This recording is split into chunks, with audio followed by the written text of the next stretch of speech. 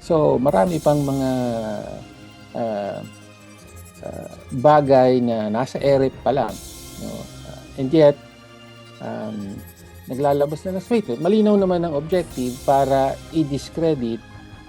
At this point, ganito pa lang kaaga, gusto nang i-discredit ng Vice Presidente ang lehitimong complaint laban sa kanya.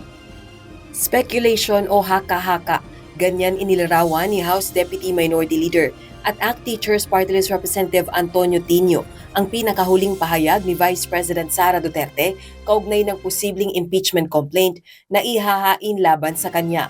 Ayon sa Vice Presidente, muli na namang ginagamit ang issue ng impeachment para sa umano'y negosasyon bago ang pagpasa ng 2026 national budget.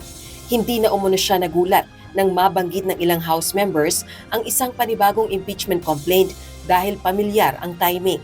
Kamakailan lang anya nang ihayag ni Senator Francis Cheese Escudero at Navota City Representative Toby Chanco at ilang miyembro ng Kamara na noong February 2024 nilalapitan umano ang mga mambabatas upang pumirma para sa kanyang impeachment kapalit ng alokasyon sa budget.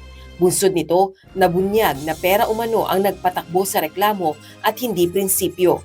Kaya handaan niya siyang sagutin ang anumang paratang nakabatay sa katotohanan pero hindi siya mananahimik habang binabaluktot ang proseso ng impeachment at ginagawa umanong racket sa budget. Pero para sa ilang kongresista, malinaw ang layo ng pahayag ng pangalawang Pangulo. Pawalang halaga ang panibagong impeachment complaint na posibleng ihain laban sa kanya. Itinanggi rin ng mga itong pinag-usapan ang issue ng impeachment sa budget process. Hindi ever napag-usapan yun during the budget process. Hindi naman yun part ng any deliberation of any office or program of a government. And then during the House proceedings, wala naman mga usap-usapan pa or what. Wala naman akong naririnig noon na i-revive yung impeachment case against her.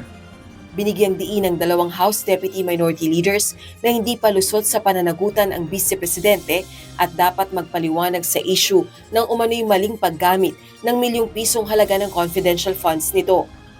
So hindi pa siya lusot, hindi siya pwede na nagsasabi na, yung para bang all of a sudden anti-corruption crusader na rin siya.